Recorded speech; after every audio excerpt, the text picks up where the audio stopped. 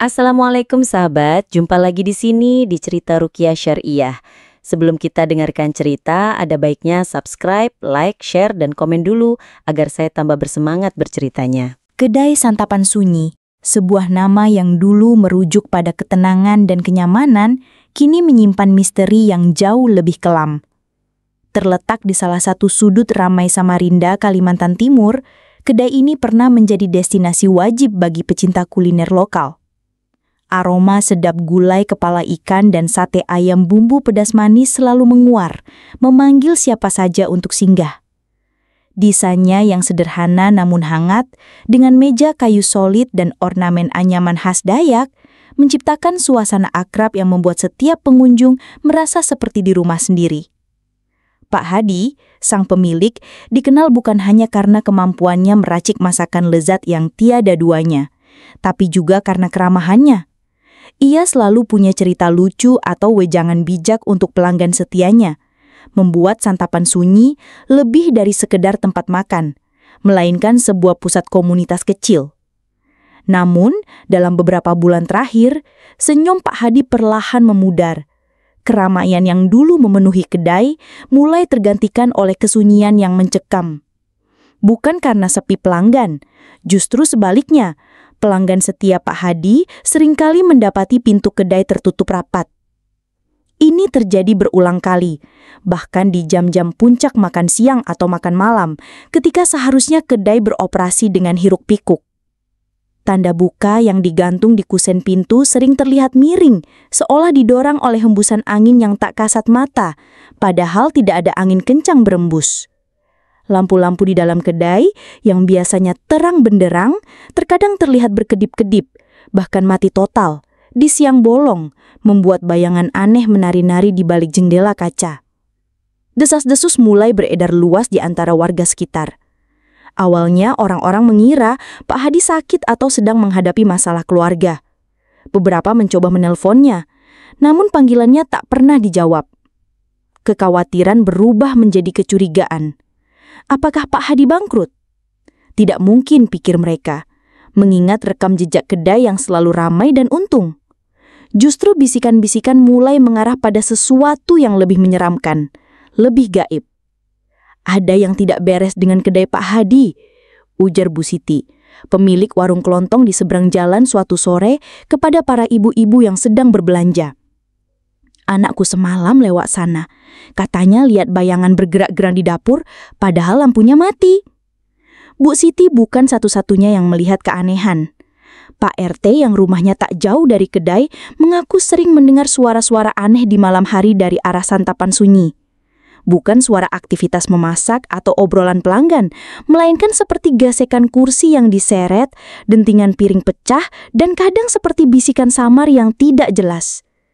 Seperti ada yang sedang bersih-bersih, tapi tengah malam begitu, ujarnya dengan nada heran.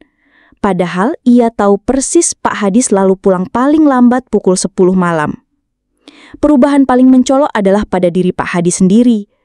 Pria paruh baya yang dulu periang dan bersemangat itu, kini terlihat seperti bayangan dirinya. Wajahnya semakin pucat dengan lingkaran hitam pekat di bawah matanya, seolah ia tak pernah tidur nyenyak. Gerak-geriknya lambat seperti menahan beban yang sangat berat. Ia sering terlihat melamun, tatapannya kosong. Jika ada pelanggan yang berhasil bertemu dengannya di luar kedai, Pak Hadi akan menjawab pertanyaan dengan singkat, menghindari kontak mata, dan secepatnya pamit pergi. Ia seperti menghindari percakapan, menghindari tatapan orang lain yang penuh tanda tanya. Suatu pagi, saat Pak Hadi sedang membersihkan teras kedai yang kebetulan terbuka sebentar, seorang tetangga, Marni, mencoba menyapanya. "Pak Hadi, kok sering tutup sekarang? Pelanggan banyak yang nyariin loh," katanya ramah.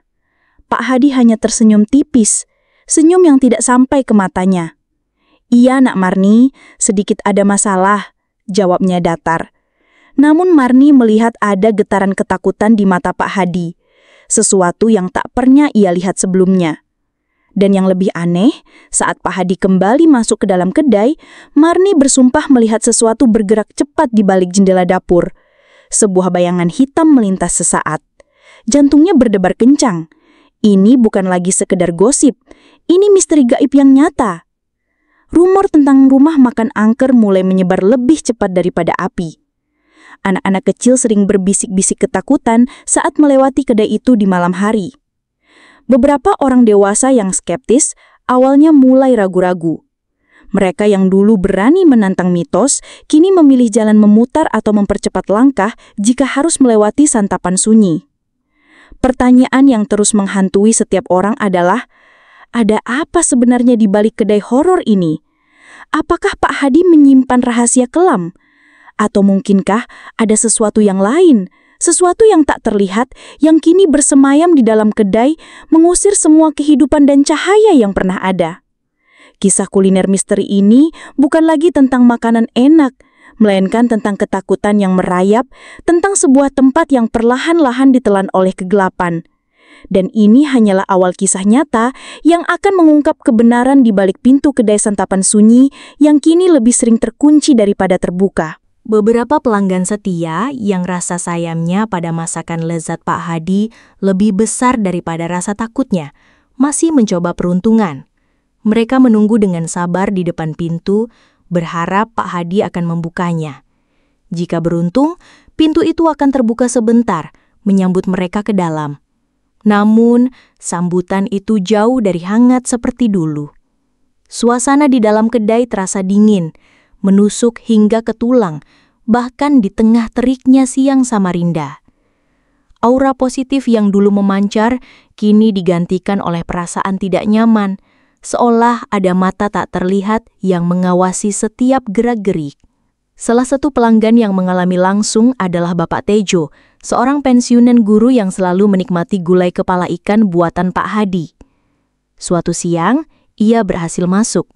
Kedai itu kosong, hanya ada Pak Hadi di dapur, terlihat lesu. Bapak Tejo memilih meja favoritnya di dekat jendela. Saat ia menunggu pesanannya, ia mulai merasakan keanehan. Udara di sekitarnya tiba-tiba terasa berat, seolah ada tekanan tak kasat mata. Kemudian, ia merasakan napas dingin di tengkuknya, seperti seseorang berdiri persis di belakangnya. Ia menoleh cepat, namun tidak ada siapa-siapa.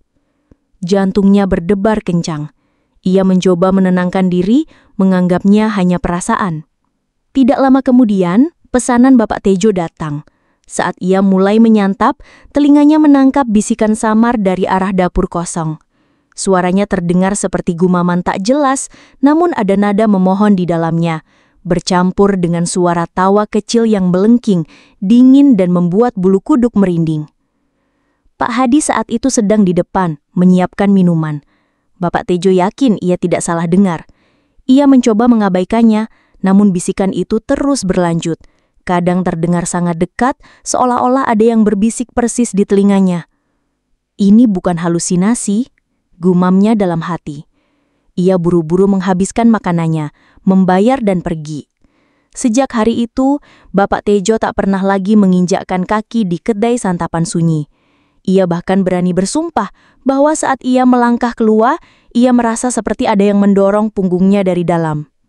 Kejadian lain dialami oleh sepasang muda-mudi, Rio dan Sheila, yang sedang berkencan di kedai itu. Mereka duduk di salah satu meja pojok.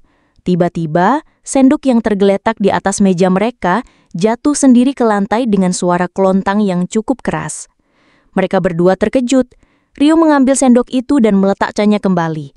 Belum lama, sendok yang sama kembali jatuh, kali ini menggelinding sedikit menjauh dari meja.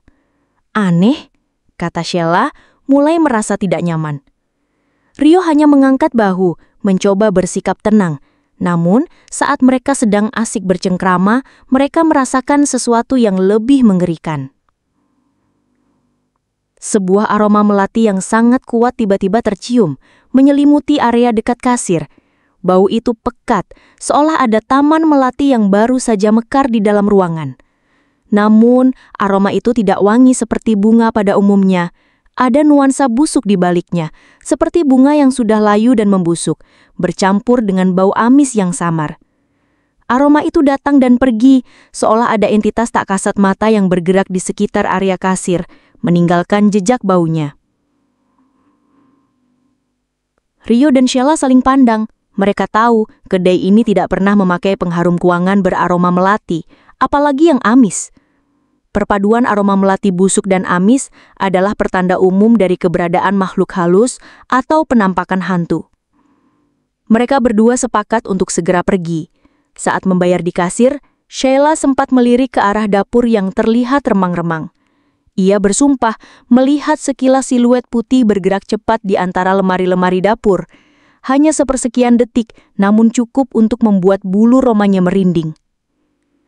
Tidak hanya pelanggan, Pak Hadi sendiri sering terlihat berbicara sendiri.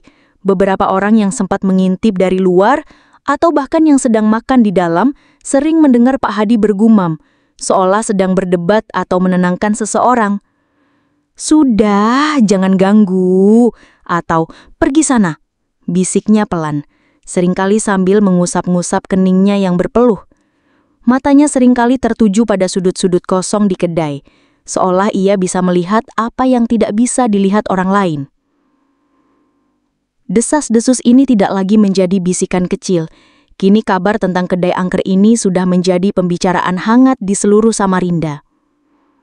Bahkan, beberapa paranormal lokal mulai tertarik dengan fenomena gaib di Santapan Sunyi.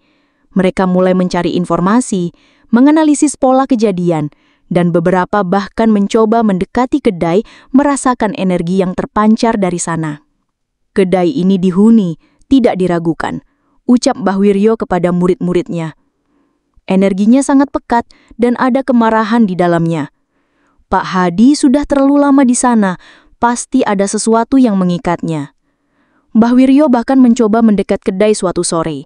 Ia berdiri di seberang jalan, memejamkan mata dan merasakan aura yang keluar. Saat ia membuka mata, ia melihat sesosok bayangan hitam samar berdiri di ambang pintu kedai, seolah mengawasi setiap orang yang lewat. Bayangan itu sangat tinggi, lebih tinggi dari manusia biasa, dan memiliki aura yang sangat dingin dan mengintimidasi. Mbah Wiryo mengelengkan kepalanya. Ini bukan hantu biasa, ini adalah entitas yang kuat, dan Pak Hadi menghadapi sesuatu yang jauh lebih besar dari yang ia bayangkan. Kejadian-kejadian ini mengubah citra kedai Santapan Sunyi sepenuhnya. Dari tempat yang nyaman, kini menjadi tempat yang dihindari. Kelezatan masakannya tidak lagi menjadi daya tarik utama, melainkan misteri di balik pintu yang sering tertutup itu. Setiap napas dingin, setiap bisikan, setiap aroma melati busuk, dan setiap penampakan hantu menjadi bukti nyata bahwa Santapan Sunyi telah jatuh ke dalam cengkraman sesuatu yang tak terlihat. Pak Hadi, sang pemilik, adalah saksi bisu dan sekaligus korban utama dari teror gaib ini. Ia tahu apa yang sebenarnya terjadi, dan ia tahu bahwa hidupnya dan mungkin jiwanya terancam. Keputusan harus diambil. Apakah ia akan menyerah dan membiarkan kedainya sepenuhnya dikuasai? Ataukah ia akan mencari cara untuk melawan dan merebut kembali apa yang menjadi miliknya? Ini adalah pertanyaan yang akan menggantung di udara, membawa kita ke babak selanjutnya dari kisah nyata yang mencekam ini. Nama Budi, seorang pemuda berumur 20-an, tidak asing di kalangan pelanggan Santapan Sunyi. Ia adalah mahasiswa yang sering mampir untuk menikmati seporsi nasi goreng jela Pak Hadi yang legendaris. Budi dikenal sebagai pribadi yang skeptis dan tidak mudah percaya tahayul. Baginya, setiap kejadian pasti ada penjelasan logisnya. Desas-desus tentang hantu hitam atau penampakan hantu di kedai Pak Hadi hanya ia anggap sebagai bumbu cerita untuk menarik perhatian. Ia sering menertawakan cerita-cerita Bapak Tejo atau Rio dan Sheila, menganggapnya hanya imajinasi berlebihan. Rasa penasaran Budi memuncak ketika ia mendengar cerita tentang aroma melati busuk dan bisikan-bisikan dari dapur kosong. Pasti ada tikus di dapur, atau Pak Hadi sedang membersihkan saluran air. Elaknya, mencoba mencari penjelasan rasional. Namun, ada sesuatu dalam nada bicara orang-orang yang bercerita itu, ketakutan yang begitu nyata, yang perlahan mengikis skeptisisme Budi. Ia memutuskan untuk membuktikan sendiri. Jika ada sesuatu yang aneh, ia akan merekamnya dengan ponsel dan mengunggahnya ke medsos. Siapa tahu jadi video viral horor. Suatu malam di bulan Juli 2025, sekitar pukul 21 WITA, Budi berjalan sendirian menuju kedai Santapan Sunyi. Kota Samarinda sudah mulai sepi. Lampu jalan memantarkan cahaya kuning redup, menciptakan bayangan panjang yang menari-nari di aspal. Kedai itu, seperti biasa, tampak gelap gulita. Papan buka sudah diturunkan, digantikan dengan tirai kain yang menutupi pintu kaca. Namun, Budi tahu kadang Pak Hadi masih di dalam menyelesaikan sesuatu. Ia berhenti di seberang jalan, mengamati kedai. Tidak ada suara, tidak ada cahaya, benar-benar sunyi. Mungkin memang tidak ada apa-apa, pikirnya. Mulai merasa bodoh karena datang. Namun instingnya mendorongnya untuk mendekat. Ia menyeberang jalan, melangkah perlahan ke arah kedai. Saat ia mendekat, ia merasakan hawa dingin yang menusuk, bahkan sebelum mencapai teras. Dingin itu berbeda dengan dingin malam biasa. Ini adalah dingin yang membuat kulit merinding, seolah ada frekuensi tak terlihat yang menggetarkan udara. Budi sampai di depan pintu, ia mencoba mengintip dari celah kecil di antara tirai dan kusen. Kegelapan total. Ia menghela nafas, hampir berbalik pulang. Namun, ia teringat cerita Rio dan Sheila tentang dapur. Dapur kedai itu punya jendela kecil di samping, biasanya tertutup gorden, tapi kadang sedikit terbuka. Ia melangkah mengitari sisi kedai, menuju jendela dapur. Jantungnya mulai berdebar lebih kencang. Ia tidak tahu apa yang ia harapkan. Mungkin hanya Pak Hadi yang sedang menghitung laporan keuangan dalam gelap. Sesampainya di jendela dapur, Budi menyadari bahwa gordennya memang sedikit terbuka, menyisakan celah tipis. Ia merapatkan wajahnya ke kaca, mencoba melihat ke dalam. Jendela itu cukup kotor, namun ia masih bisa menembus kegelapan di baliknya. Awalnya, ia hanya melihat tumpukan piring kotor di wastafel dan beberapa peralatan masak tergantung di dinding. Semuanya tampak normal. Budi mulai tersenyum tipis, merasa lega. Ini semua hanya cerita kosong, gumamnya. Namun, senyumnya langsung membeku di tempat. Di sudut paling gelap ruangan, di balik meja kasir yang terlihat samar dari jendela dapur, Budi melihatnya. Sebuah siluet hitam tinggi, sangat tinggi. Jauh lebih tinggi dari tubuh Pak Hadi. Siluet itu berdiri kaku, menghadap ke dinding, seolah mengawasi sesuatu di sana. Bentuknya tidak jelas, seperti bayangan pekat yang menyerap semua cahaya. Tidak ada detail wajah atau anggota tubuh yang terlihat. Hanya massa gelap yang berdiri tegak. Napas Budi tercekat. Ia menahan napas, matanya tak berkedip. Mencoba memahami apa yang ia lihat. Apakah itu bayangan? Pantulan? Tapi dari mana? Tidak ada sumber cahaya lain selain cahaya remang dari lampu jalan yang samar-samar menembus jendela depan. Saat Budi masih terpaku, siluet hitam itu mulai bergerak. Perlahan. Sangat perlahan. Ia tidak bergeser dari tempatnya, melainkan memutar kepalanya. Budi merasakan sensasi aneh seperti lehernya sendiri yang ikut berputar. Kemudian dengan gerakan yang lebih teratur, siluet itu menoleh. Menoleh sepenuhnya. Menghadap langsung ke arah jendela dapur. Menghadap langsung ke arah Budi. Meskipun tidak ada wajah yang terlihat, tidak ada mata yang memancarkan cahaya, Budi merasakan tatapan dingin yang menusuk hingga ke inti tulangnya. Ini bukan tatapan mata manusia. Ini adalah tatapan dari kehampaan. Dari kegelapan yang tak berujung. Tatapan itu terasa seperti jutaan jarum es yang menusuk kulitnya. Menembus otaknya, membekukan darah dalam nadinya.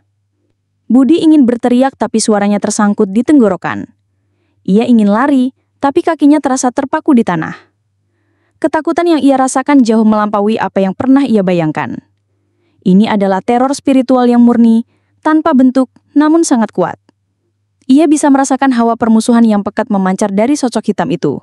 Seolah ia adalah penyusup yang tidak diinginkan di wilayahnya.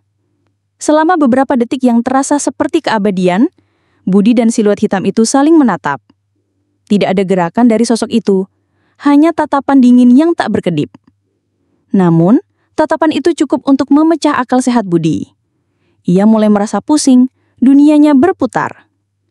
Tiba-tiba, sebuah suara berat seolah datang dari dasar bumi, berbisik di telinganya. Pergi. Suara itu tidak datang dari dalam kedai, melainkan langsung beresonansi di kepala Budi.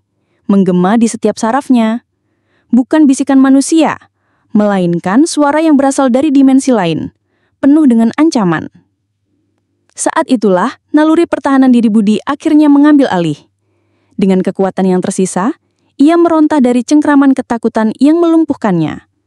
Ia berbalik, tanpa berpikir dua kali. Tanpa menoleh ke belakang, tanpa memperdulikan apapun. Budi lari. lari secepat yang ia bisa, melintasi jalan, menjauhi kedai santapan sunyi. Jantungnya berdegup seperti genderang perang, paru-parunya serasa terbakar. Ia tidak berhenti sampai ia tiba di depan pintu rumahnya, terengah-engah dan berkeringat dingin. Meskipun udara malam itu dingin, ia tersungkur di teras, napasnya memburu, pikirannya kosong. Hanya ada satu gambaran yang terpampang jelas, yaitu siluet hitam tinggi dengan tatapan kosong yang menusuk jiwa. Ia tidak bisa melupakan suara pergi yang menggema di kepalanya. Sejak malam itu Budi yang skeptis menghilang. Ia tak pernah lagi menertawakan cerita misteri gaib. Ia tak pernah lagi berani mendekati kedai santapan sunyi. Ia bahkan tak berani melewati jalan di depan kedai itu di siang hari sekalipun. Kisahnya segera menyebar di kalangan teman-temannya, menjadi bukti konkret dari kejadian seram yang benar-benar terjadi. Kejadian Budi ini menjadi titik balik. Jika sebelumnya orang hanya berbisik atau ketakutan dari jauh, kini teror gaib di santapan sunyi telah menunjukkan taringnya secara langsung kepada seseorang yang paling skeptis sekalipun. Kisah Budi ini dengan cepat menjadi video viral horor lisan di lingkungan Samarinda. Dibagikan dari mulut ke mulut, di grup WhatsApp, dan di media sosial. Tidak ada yang berani meremehkan rumah makan angker itu lagi. Pak Hadi yang mungkin merasakan guncangan dari penjaga kedainya itu, semakin sering menutup kedai. Jikapun sesekali ia membuka, suasananya terasa lebih dingin dan lebih sepi. Tatapannya semakin kosong dan ia sering terlihat seperti orang yang terus-menerus diawasi. Insiden Budi hanya menegaskan apa yang sudah Pak Hadi rasakan selama berminggu-minggu. Kedainya telah sepenuhnya dikuasai. Entitas itu tidak ingin ada keramaian. Tidak ingin ada manusia di sana. Sejak insiden yang menimpa Budi, suasana di dalam kedai semakin dingin dan berat. Pak Hadi merasakan tekanan yang luar biasa, seolah-olah setiap sudut ruangan dipenuhi oleh kehadiran tak kasat mata yang mengawasinya. Bahkan di siang hari, ia sering merasa merinding. Suara-suara bisikan samar tak lagi hanya terdengar di dapur, tapi kini bisa terdengar dari segala arah, seolah berputar mengelilinginya. Bisikan itu tidak lagi hanya gumaman, kadang terdengar seperti tawa mengejek, kadang pula seperti ratapan panjang, membuat Pak Hadi sulit berkonsentrasi. Tidur nyenyak sudah menjadi kemewahan baginya. Setiap malam, Pak Hadi terbangin karena merasakan napas dingin di samping telinganya atau mendengar dentuman keras dari lantai bawah, seolah ada sesuatu yang dijatuhkan dengan sengaja. Ia sering mendapati barang-barang di kedai, seperti piring atau sendok, berpindah tempat dari posisi semula, seolah dimainkan oleh tangan tak terlihat. Kadang, ia menemukan jejak tanah basah di lantai dapur, padahal kedai tertutup dan tidak ada celah air masuk. Ini bukan lagi sekadar kejadian seram biasa. Ini adalah gangguan spiritual yang terencana dan intens. Kondisi fisik dan mental Pak Hadi semakin memburuk.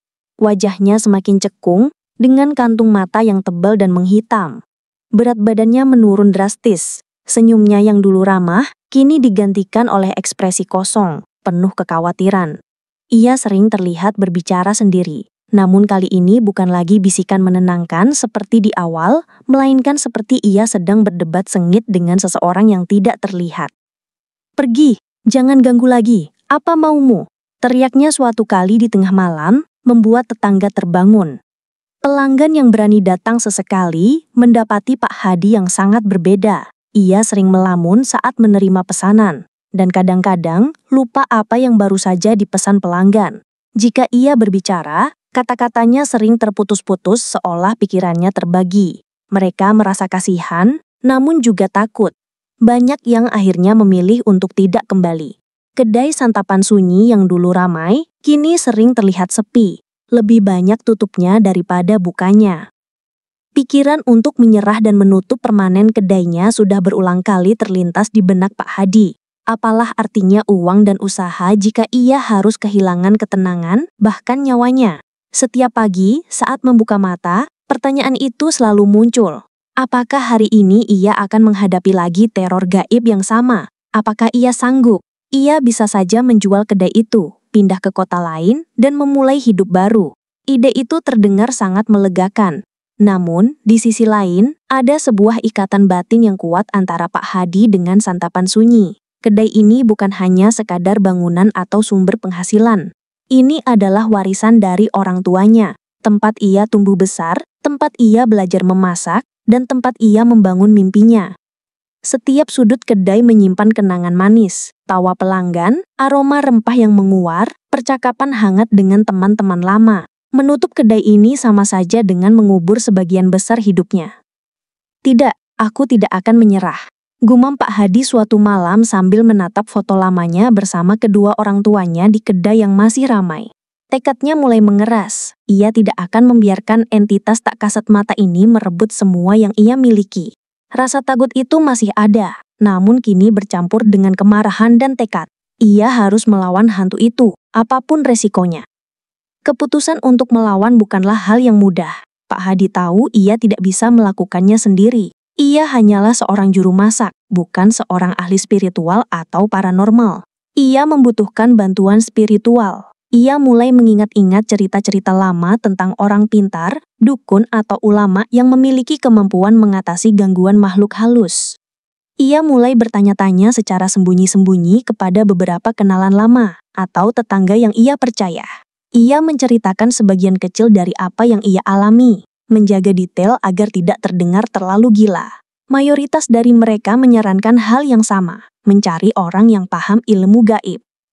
Salah satu tetangganya, Ibu Fatma, yang dikenal sering ikut pengajian dan memiliki wawasan luas tentang hal-hal spiritual, menyarankan Pak Hadi untuk mencari seorang sesepuh bijaksana yang tinggal di pedalaman Kalimantan. Namanya Mbah Wiryo Pak Hadi, beliau sangat arif dan ilmunya tinggi. Mungkin beliau bisa membantu, kata Ibu Fatma dengan yakin. Ia menjelaskan bahwa Mbah Wiryo adalah sosok yang sangat dihormati dan sering dimintai tolong untuk hal-hal yang berkaitan dengan gangguan spiritual. Malam itu, Pak Hadi tak bisa tidur. Pikirannya dipenuhi dengan gambaran Mbah Wiryo dan segala kemungkinan yang akan terjadi. Apakah ia akan menemukan solusi? Apakah ia akan berhasil mengusir entitas itu? Atau justru akan membuat keadaan menjadi lebih buruk? Ketakutan akan hal yang tidak diketahui adalah beban terberatnya. Namun tekadnya untuk merebut kembali kedai santapan sunyi lebih kuat dari rasa takut itu. Ia tahu proses ini tidak akan mudah. Mungkin akan ada ritual pengusiran yang sulit. Mungkin ia harus menghadapi sesuatu yang lebih mengerikan dari sekadar bayangan.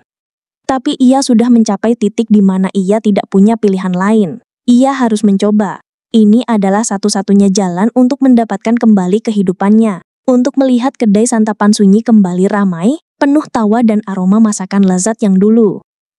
Dengan hati yang berdebar namun juga dipenuhi harapan, Pak Hadi memutuskan untuk menutup kedai untuk sementara waktu. Bukan karena ketakutan, melainkan karena ia akan memulai perjalanan penting. Perjalanan untuk menemukan Mbah Wiryo. Perjalanan untuk memulai ritual pengusiran yang ia harapkan akan mengakhiri teror spiritual yang telah menggenggam kedainya. Ini adalah kisah keberanian seorang pria biasa yang terpaksa menjadi pejuang demi apa yang ia cintai.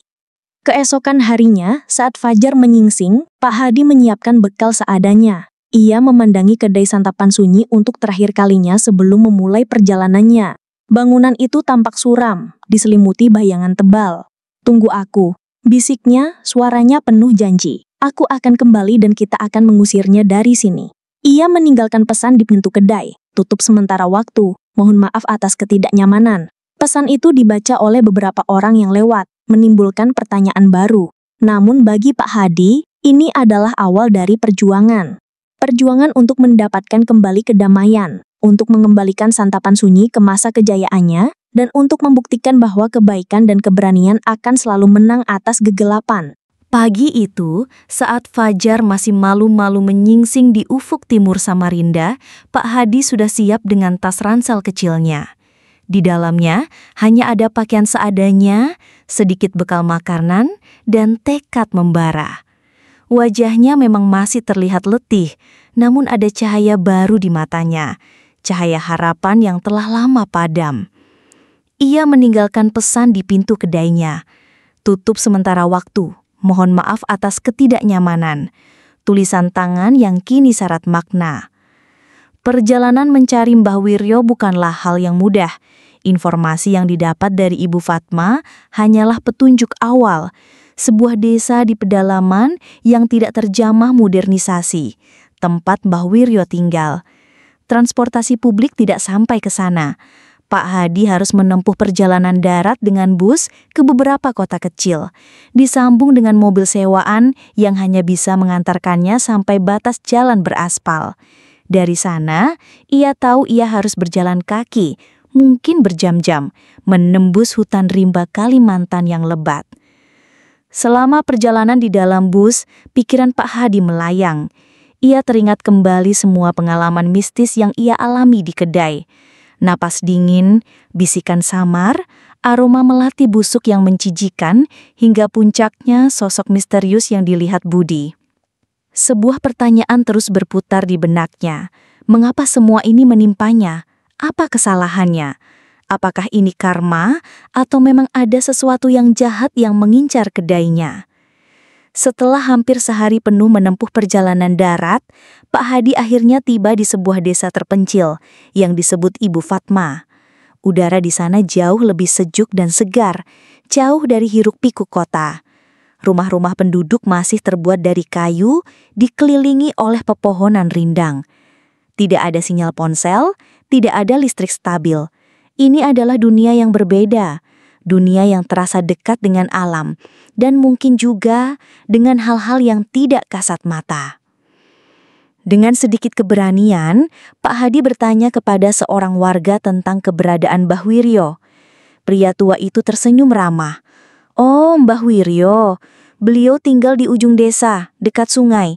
Ikuti saja jalan setapak ini," tunjuknya. Ada rasa hormat yang jelas dalam nada bicara warga desa itu saat menyebut nama Mbah Wiryo, sebuah pertanda baik bagi Pak Hadi. Perjalanan menuju rumah Mbah Wiryo membawa Pak Hadi melewati pemandangan alam yang asri. Sungai kecil mengalir jernih, kicauan burung bersahutan, dan aroma tanah basah bercampur dedaunan hutan memenuhi udara. Perlahan, hatinya yang tegang mulai sedikit melunak. Akhirnya ia sampai di sebuah rumah panggung sederhana yang terbuat dari kayu ulin, dikelilingi oleh berbagai tanaman obat. Di terasnya seorang pria tua duduk bersila, matanya terpejam dan napasnya teratur. Itulah Mbah Wiryo. Rambutnya putih semua, panjang tergerai dan janggutnya lebat. Wajahnya memancarkan ketenangan dan kebijaksanaan yang mendalam. Kerutan di sekitar matanya adalah saksi bisu dari tahun-tahun pengalaman dan pengetahuan yang tak terhitung. Pak Hadi ragu sejenak. Ia tidak tahu bagaimana memulai. Sebelum ia sempat berucap, Mbah Wiryo membuka matanya. Matanya yang jernih dan tajam menatap langsung ke arah Pak Hadi, seolah sudah mengetahui kedatangannya. "Duduklah, Nak Hadi." Suara Mbah Wiryo terdengar lembut namun berwibawa, seperti geremicik air sungai yang tenang. Pak Hadi duduk bersila di hadapannya, merasakan aura kedamaian yang terpancar dari sosok tua itu. "Engkau datang membawa beban berat, Nak Hadi," kata Mbah Wiryo seolah membaca pikiran Pak Hadi. Sebuah tempat yang dulunya penuh berkah, kini diselimuti energi gelap. Pak Hadi terkesikap. Mbah Wiryo mengetahui namanya dan inti masalahnya tanpa ia harus menjelaskan. Ia pun mulai menceritakan semua yang ia alami. Dari kedai yang sering tutup, bisikan dingin, aroma melati busuk yang menjijikan, hingga puncaknya sosok misterius yang dilihat Budi. Ia tidak menyembunyikan detail sekecil apapun karena ia tahu Mbah Wiryo sudah mengetahui sebagian besar. Mbah Wiryo mendengarkan dengan saksama, sesekali memejamkan mata seolah sedang menyerap energi dari cerita Pak Hadi. Setelah Pak Hadi selesai bercerita, keheningan menyelimuti mereka. "Apa yang mengganggu kedaimu bukanlah hantu biasa, Nak Hadi." Mbah Wiryo memulai penjelasannya. "Ini adalah energi negatif yang sangat tua dan kuat, sisa dari praktik pesugihan yang pernah dilakukan di lokasi kedaimu berpuluh tahun yang lalu." Pak Hadi terkesikap. Pesugihan? Ia tidak pernah tahu tentang sejarah gelap kedainya. Orang tuanya tidak pernah bercerita. Dulunya, jauh sebelum kedaimu berdiri, ada orang yang membangun tempat itu untuk tujuan pesugihan. Ia mencari kekayaan dengan cara yang tidak benar, mengikat entitas gaib sebagai tumbal. Ketika orang itu meninggal atau pergi, entitas itu tidak ikut pergi. Ia tetap terikat pada tanah itu, menunggu tumbal berikutnya, atau siapapun yang cukup lemah untuk dikuasai. Keberadaanmu dan ramainya kedaimu yang dulu memancarkan aura kebaikan justru menarik perhatiannya. Ia ingin kembali menguasai tempat itu, menjadikanmu tumbalnya, atau setidaknya mengusir semua kehidupan yang tidak ia inginkan. Penjelasan Mbah Wiryo bagai kepingan puzzle yang tiba-tiba menemukan tempatnya.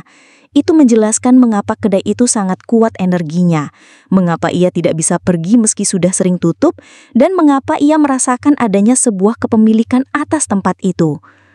"Bagaimana saya bisa mengatasinya, Mbah?" tanya Pak Hadi. Suaranya bergetar.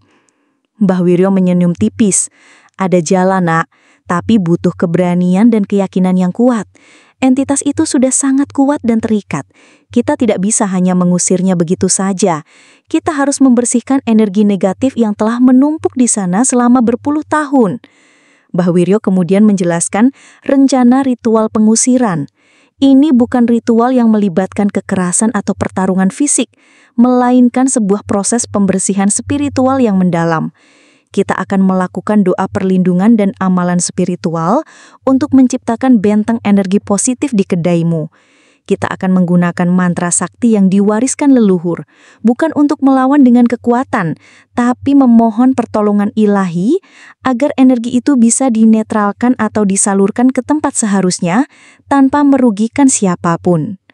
Ia juga memberikan beberapa tips spiritual yang harus Pak Hadi lakukan setiap hari, bahkan setelah ritual selesai. "Engkau harus menjaga kebersihan hati dan pikiran, Nak Hadi. Lakukan meditasi dan perbanyak sedekah. Aura positif yang terpancar dari dirimu akan menjadi pelindung terkuat. Semakin bersih hatimu, semakin kuat perlindungan dirimu."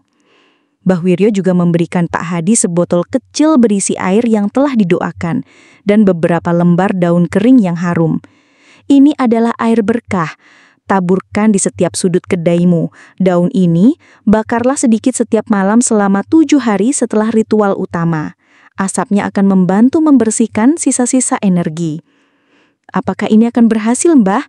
tanya Pak Hadi. Masih ada keraguan di hatinya. "Keyakinanmu lah kuncinya, Nak Hadi," jawab Mbah Wiryo sambil menatapnya lurus. "Aku hanya perantara.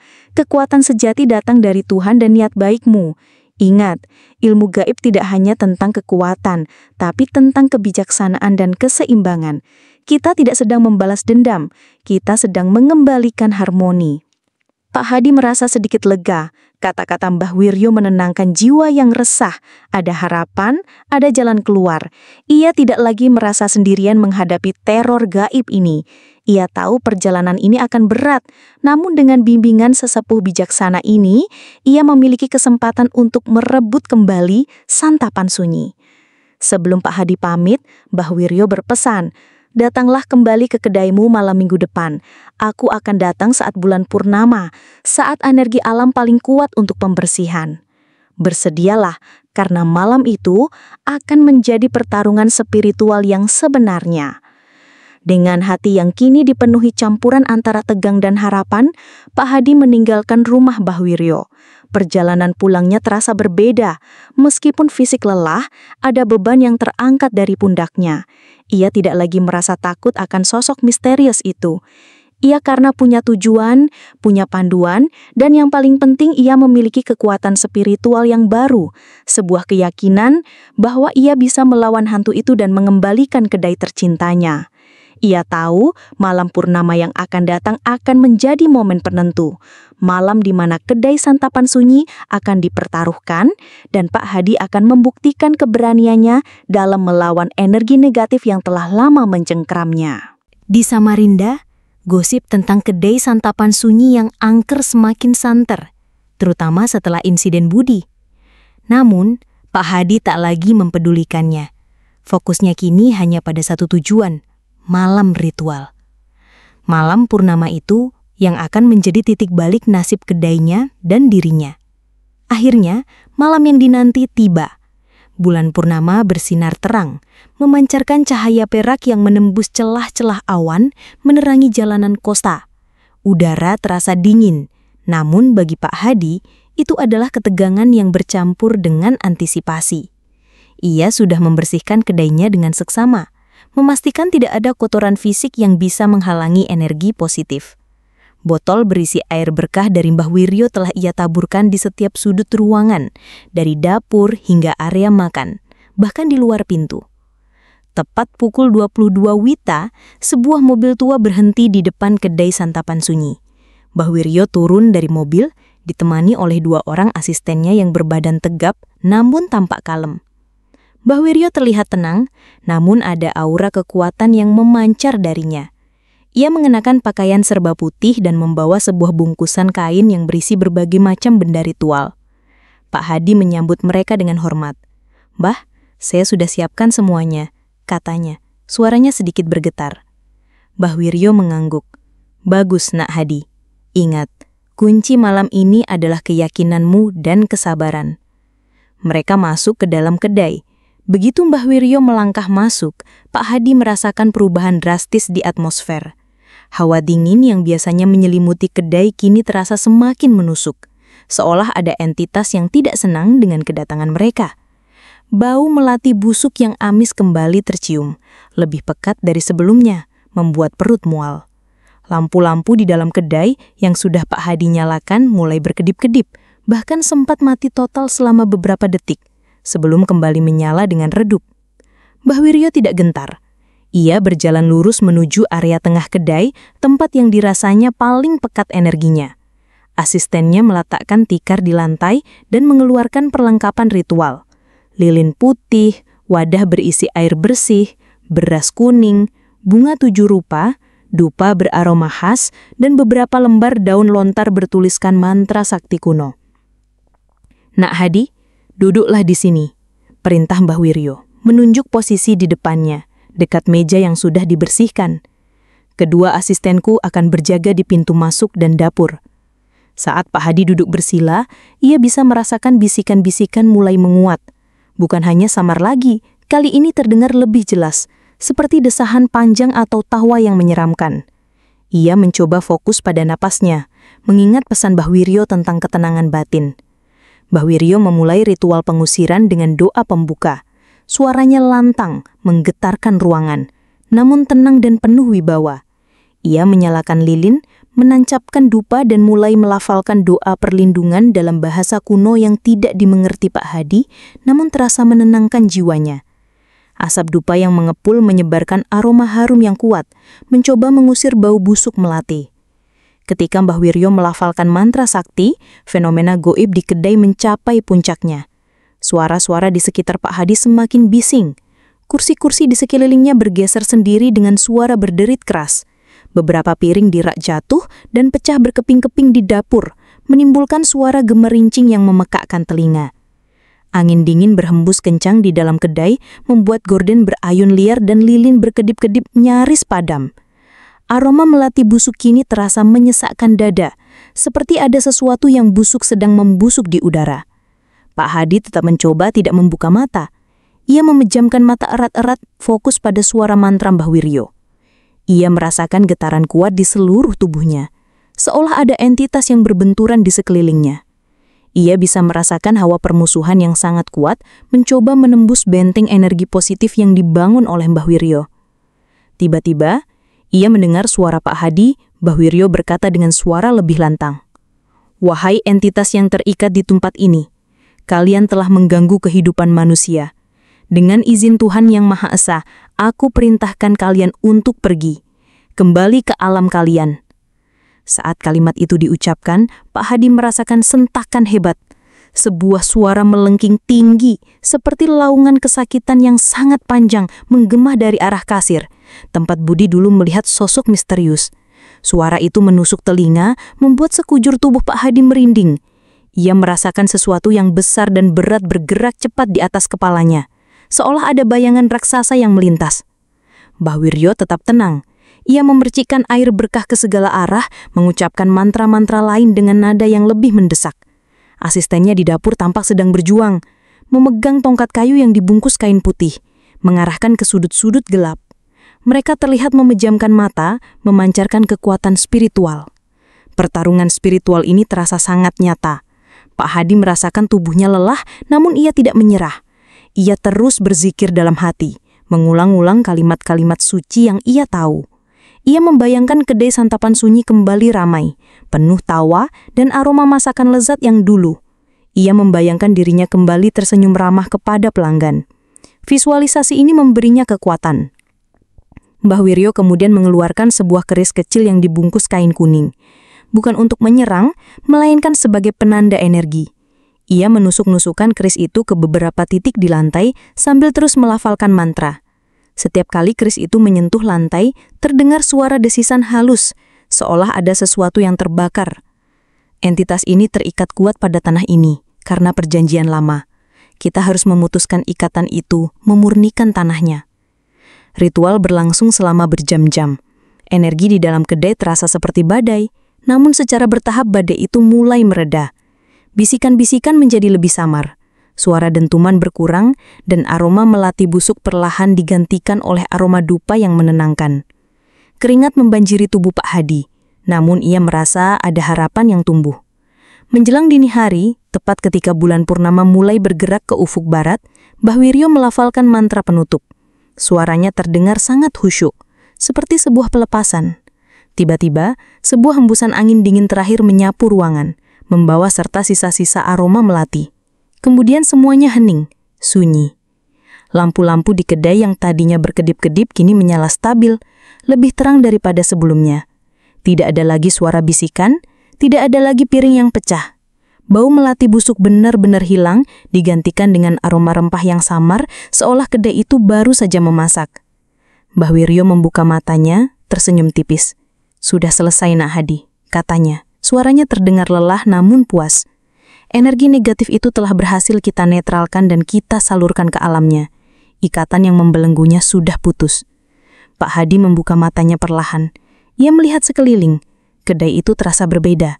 Udara terasa lebih ringan, lebih bersih. Aura dingin yang mencekam telah lenyap digantikan oleh perasaan hangat dan damai. Ia bisa merasakan aura positif yang kuat memenuhi setiap sudut ruangan.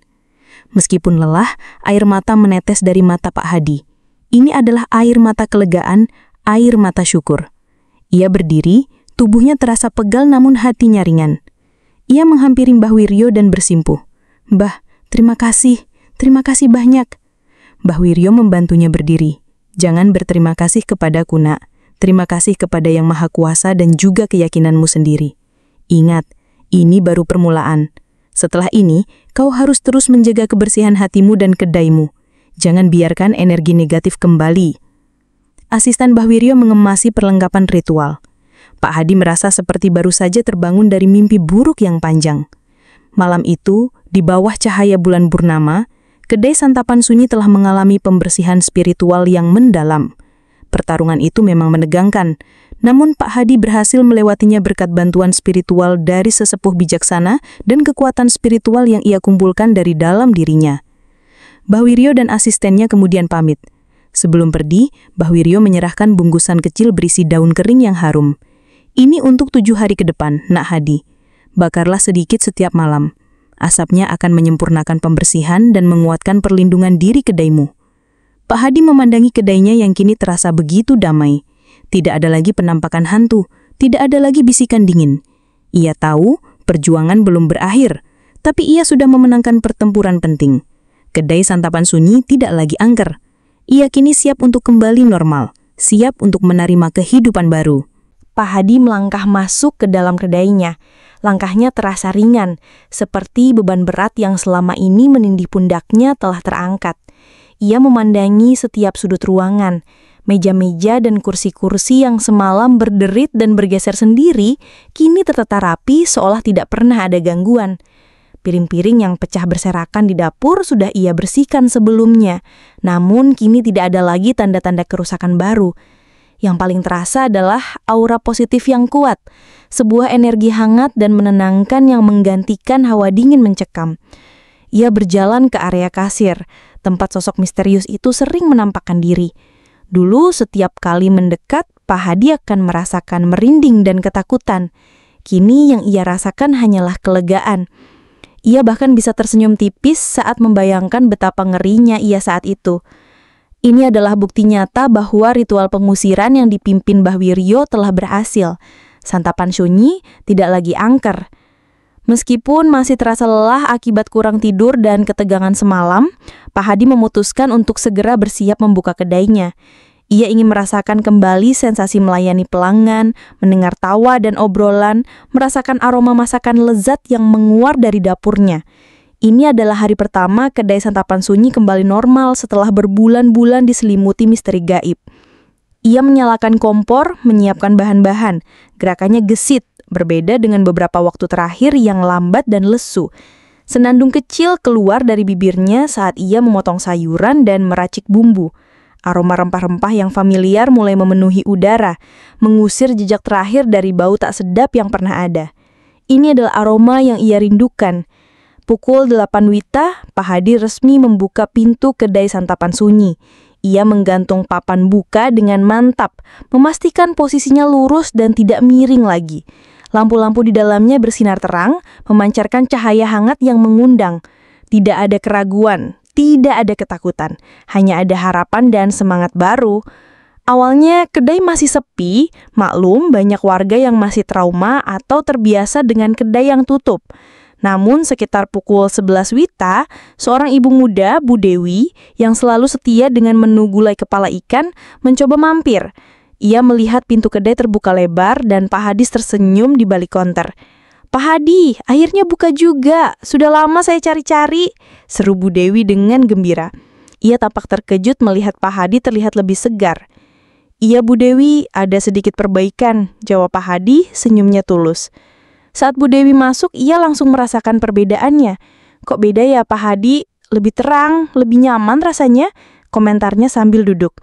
Ia tidak tahu-tahu tentang pertarungan spiritual yang baru saja terjadi, namun ia bisa merasakan perubahan aura positif di kedai itu. Tak lama setelah Bu Dewi, pelanggan lain mulai berdatangan. Pak RT yang penasaran, Marni sang tetangga yang melihat bayangan, bahkan beberapa teman Budi yang juga sempat mendengar cerita video horor tentang kedai itu. Mereka semua merasakan hal yang sama.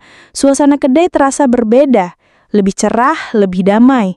Aroma masakan yang menguar kini terasa lebih menggoda, tanpa ada bau amis atau melati yang mengganggu. "Pak Hadi, rahasianya apa nih? Kedainya kok jadi enak lagi suasananya?" tanya seorang pelanggan sambil tertawa. Pak Hadi hanya bersenyum simpul. "Rahasia masakan saya memang selalu enak, Pak." Candanya tidak ingin menceritakan detail pengalaman mistis yang ia alami. Biarkan itu menjadi rahasianya, sebuah legenda kedai yang ia sendiri alami. Seiring berjalannya waktu, kabar tentang kedai santapan sunyi yang kembali normal menyebar luas. Bukan lagi tentang kedai horor, melainkan tentang kelezatan masakan dan suasana yang nyaman. Orang-orang mulai berani kembali. Mereka yang skeptis datang untuk membuktikan dan pulang dengan kesan yang sama. Kedai itu telah berubah total. Budi, yang paling trauma dengan kejadian sosok misterius, suatu sore memberanikan diri untuk lewat di depan kedai. Ia melihat keramaian di dalamnya, mendengar tawa pelanggan, dan mencium aroma nasi goreng gila yang ia rindukan. Ia sempat ragu, namun rasa penasarannya menang. Ia melangkah masuk. Pak Hadi melihatnya, tersenyum hangat.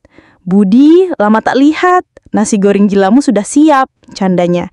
Ia duduk di meja yang dulu ia intip dari jendela dapur. Ia melihat ke sudut kasir tempat ia melihat hantu hitam itu. Tidak ada apa-apa, hanya meja kasir biasa, bersih dan terang. Tidak ada lagi hawa dingin, tidak ada lagi tatapan kosong yang menusuk. Ia merasakan kelegaan yang luar biasa. "Pak Hadi, apa yang terjadi?" bisiknya pelan penuh keheranan. Pak Hadi hanya bersenyum. "Anggap saja ada renovasi besar-besaran Budi, bukan hanya fisik, tapi juga hati," katanya penuh makna. Kedai santapan sunyi benar-benar reborn. Semakin hari kedai itu semakin ramai. Pelanggan baru berdatangan karena penasaran dengan cerita legenda kedai yang kini beredar. Dan pelanggan lama kembali dengan setia. Kualitas masakan Pak Hadi pun terasa semakin lezat, seolah energi positif yang mengisi kedai juga mempengaruhi cita rasa hidangannya. Pak Hadi sendiri terlihat semakin sehat dan bersemangat. Lingkaran hitam di bawah matanya memudar dan senyum tulusnya kembali menghiasi wajahnya. Ia selalu menjaga kebersihan kedainya dengan cermat, baik fisik maupun spiritual. Setiap pagi, ia membakar sedikit daun harum yang diberikan Mbah Wiryo, memastikan aura positif tetap terjaga. Ia juga rutin melakukan meditasi singkat dan doa perlindungan sebelum dan sesudah beroperasi sebagai bentuk menjaga perlindungan diri dan kedainya. Ia belajar bahwa menjaga keseimbangan spiritual adalah kunci utama untuk mempertahankan kedamaian yang telah ia peroleh dengan susah payah. Kedai Santapan Sunyi kini telah bertransformasi dari sebuah rumah makan angker menjadi simbol sukses setelah cobaan. Kisahnya bukan lagi tentang ketakutan, melainkan tentang keberanian, keyakinan, dan kekuatan spiritual. Ini adalah bukti bahwa bahkan dari kegelapan terdalam, cahaya bisa kembali bersinar, dan sebuah tempat bisa kembali normal, bahkan lebih baik dari sebelumnya. Sebuah kisah inspirasi yang lahir dari sebuah pertarungan spiritual yang epik. Kisah Reborn Kedai Santapan Sunyi menyebar luas di Samarinda, menjadi legenda kedai yang inspiratif. Banyak pelanggan, baik yang sudah tahu cerita awal maupun yang baru mendengar, sering bertanya kepada Pak Hadi tentang rahasia ketenangan kedainya. Mereka juga ingin tahu bagaimana cara menjaga rumah atau tempat usaha mereka dari gangguan serupa, atau sekedar membersihkan energi negatif yang mungkin ada. Pak Hadi, yang kini menjadi semacam guru spiritual informal bagi lingkungan sekitarnya, dengan senang hati membagikan apa yang telah ia pelajari dari Mbah Wiryo, sang sesepuh bijaksana. Ia selalu menekankan bahwa ini bukan tentang ilmu gaib untuk tujuan jahat, melainkan tentang perlindungan diri dan menciptakan lingkungan yang harmonis.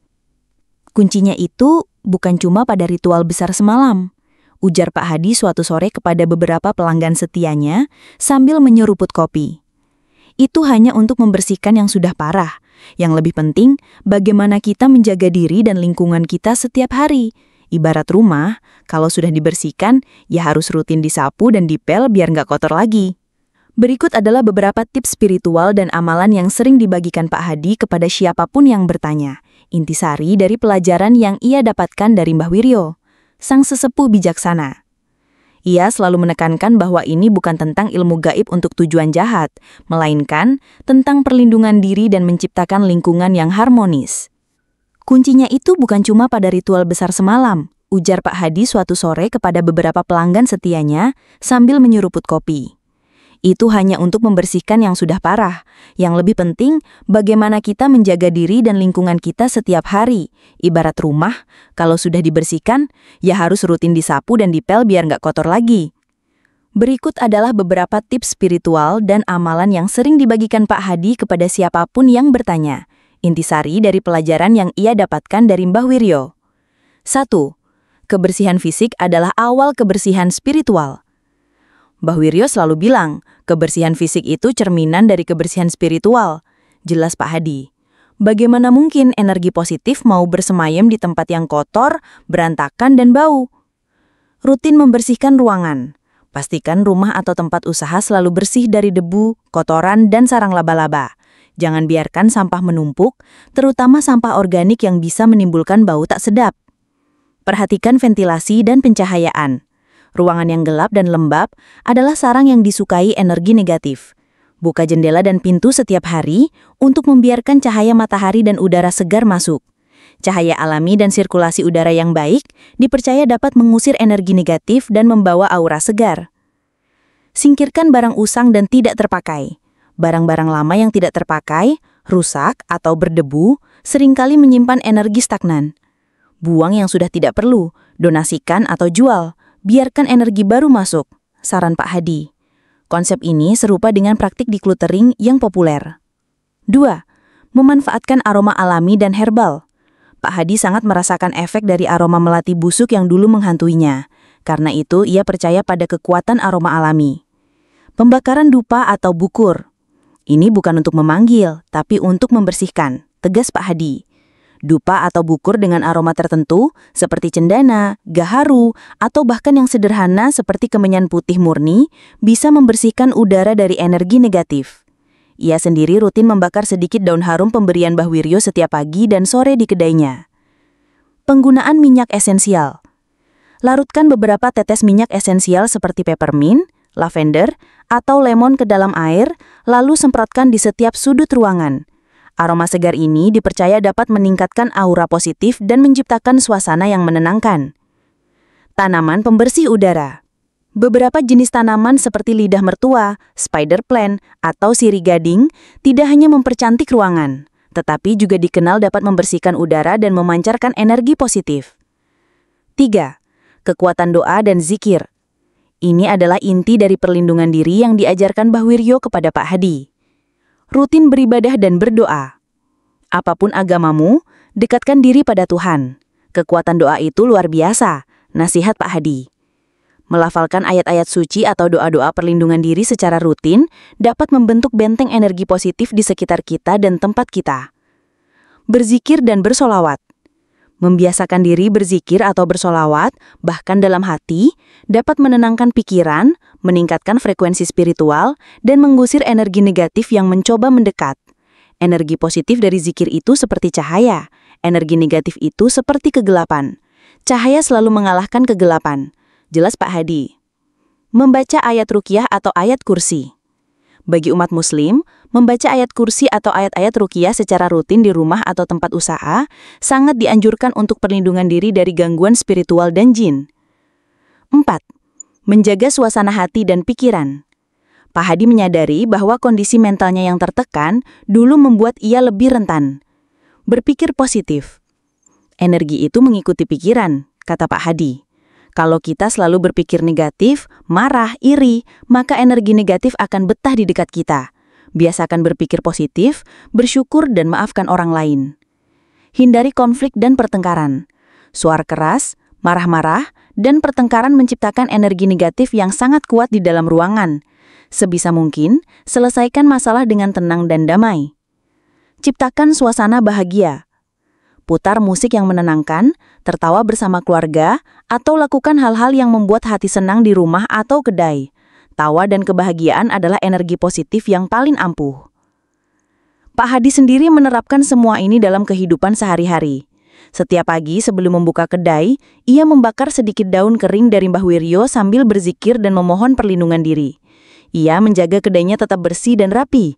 Senyum tulusnya kini kembali menghiasi wajahnya, dan ia selalu menyapa pelanggan dengan ramah.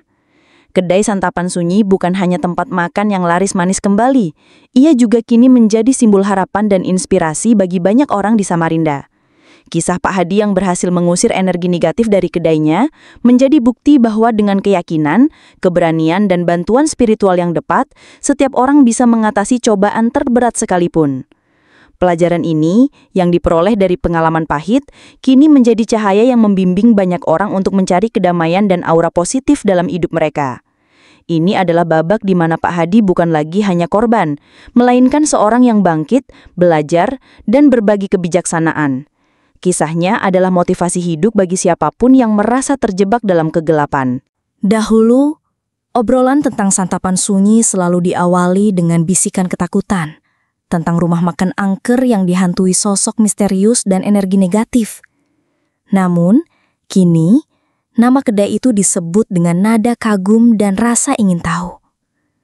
Orang-orang tidak lagi membicarakannya sebagai tempat yang menyeramkan, melainkan sebagai contoh nyata bagaimana sebuah tempat, bahkan seseorang, bisa bangkit dari keterpurukan dan mengusir energi negatif yang mencengkeram. Pak Hadi, sang pemilik, adalah figur sentral dalam legenda ini. Wajahnya yang dulu pucat dan cemas kini memancarkan aura ketenangan dan kebijaksanaan. Senyumnya kembali tulus, matanya memancarkan semangat yang telah lama hilang. Ia tidak lagi terbebani oleh ketakutan atau kelelahan. Justru, ia terlihat lebih bugar dan bersemangat dari sebelumnya. Setiap pagi, sebelum membuka kedainya, Pak Hadi selalu melakukan rutinitas kecil yang kini menjadi bagian tak terpisahkan dari hidupnya.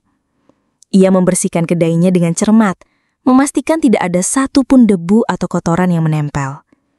Ia akan membakar sedikit daun harum pemberian Mbah Wiryo, membiarkan asapnya yang wangi menyebar ke setiap sudut ruangan, menguatkan aura positif dan perlindungan diri kedainya. Sambil melakukan itu, ia berzikir dan melafalkan doa perlindungan, dengan khusyuk dan penuh syukur. Ritual sederhana ini bukan hanya untuk menjaga kedainya, tapi juga untuk menjaga hatinya tetap bersih dan kuat. Ketika pintu kedai Santapan Sunyi dibuka setiap hari, aroma masakan lezat langsung menyeruak keluar, mengundang siapa saja yang lewat. Nasi goreng gila yang khas, gulai kepala ikan yang legendaris, dan sate ayam bumbu pedas manis, semuanya terasa lebih nikmat. Seolah ada sentuhan magis dari kedamaian yang baru ditemukan. Pelanggan baru berdatangan karena penasaran dengan cerita legenda kedai yang telah tersebar, ingin membuktikan sendiri perubahan yang fenomenal itu. Orang-orang yang datang karena rasa ingin tahu, pulang dengan kekaguman. Bukan hanya pada rasa masakan, tetapi juga pada aura positif dan kenyamanan yang terpancar dari kedai. Pelanggan lama yang sempat menjauh karena takut, kini kembali dengan antusias. Mereka bisa merasakan perbedaan yang jelas. Kedai ini seperti hidup kembali, Pak Hadi, kata seorang pelanggan setia. Matanya berbinar. Rasanya beda sekali, lebih adem, lebih tenang. Komentar seperti ini seringkali terdengar, membuat hati Pak Hadi semakin hangat. Ia tidak perlu menjelaskan detail pertarungan spiritual yang ia lalui. Kehadiran dan perubahan kedainya sudah menjadi bukti yang paling meyakinkan. Kisah Pak Hadi pun menjadi pembicaraan hangat di berbagai kalangan. Dari warung kopi hingga grup media sosial, namanya sering disebut. Bukan lagi sebagai korban teror gaib, melainkan sebagai seorang yang berhasil mengatasi cobaan besar. Kisahnya menjadi inspirasi bagi para pengusaha kecil lainnya yang sedang menghadapi kesulitan, baik dari segi persaingan bisnis maupun masalah pribadi.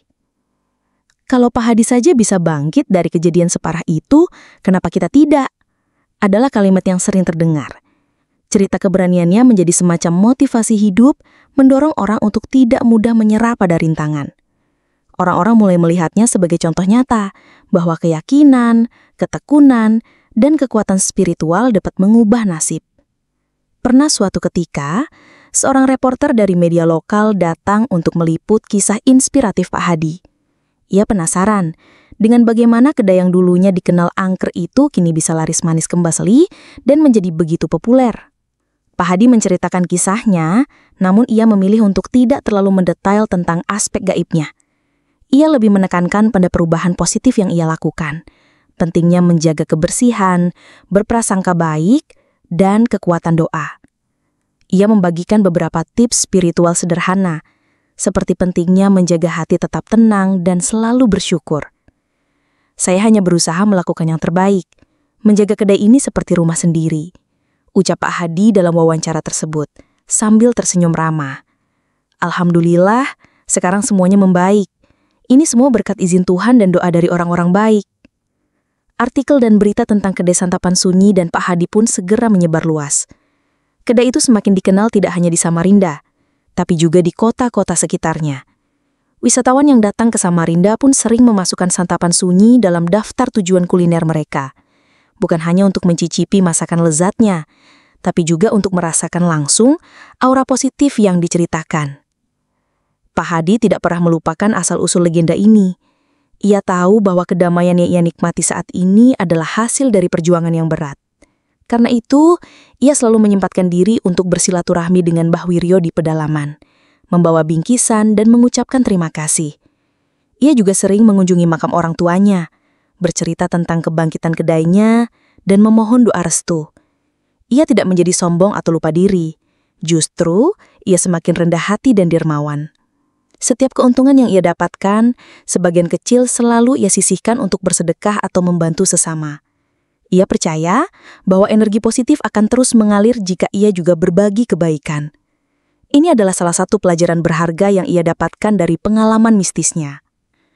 Kedai santapan sunyi adalah bukti nyata bahwa sebuah cerita bisa berubah arah. Dari kisah nyata yang mencekam, ia bertransformasi menjadi legenda yang penuh inspirasi.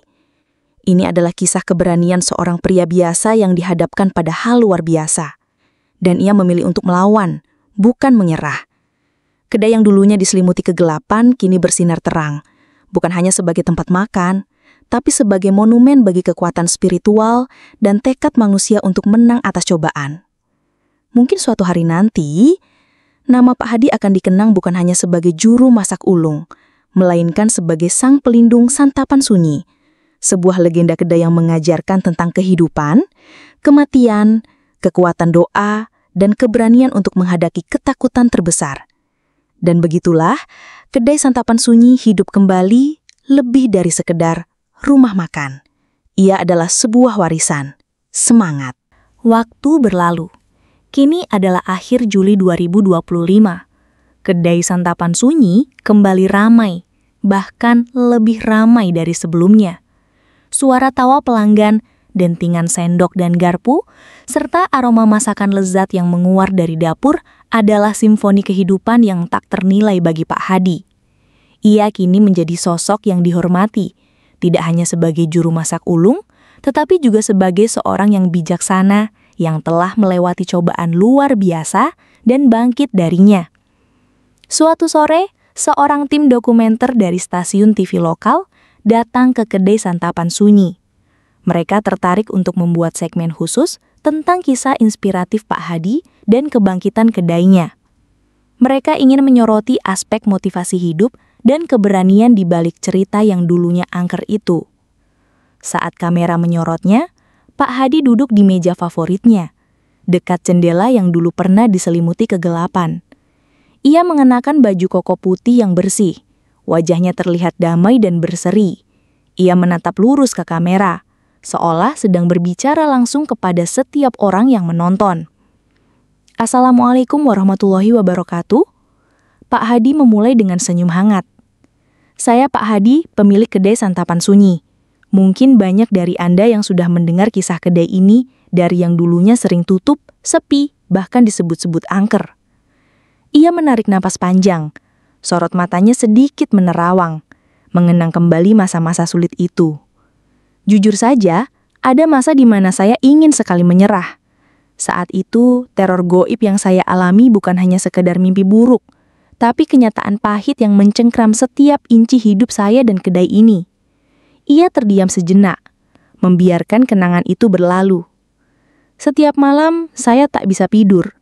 Setiap hari, saya merasa diawasi, ditekan oleh energi negatif yang kuat. Kedai ini yang dulu saya bangun dengan cinta dan keringat, terasa seperti penjara bagi saya. Namun, lanjutnya, suaranya kini lebih mantap dan penuh semangat. Ada satu hal yang selalu saya pegang, jangan pernah menyerah. Ia menekankan kalimat itu. Saya tahu setiap orang pasti punya masalah. Bisa masalah keuangan, keluarga, kesehatan, atau mungkin seperti saya, masalah yang tidak masuk akal, yang berkaitan dengan hal-hal di luar nalar kita.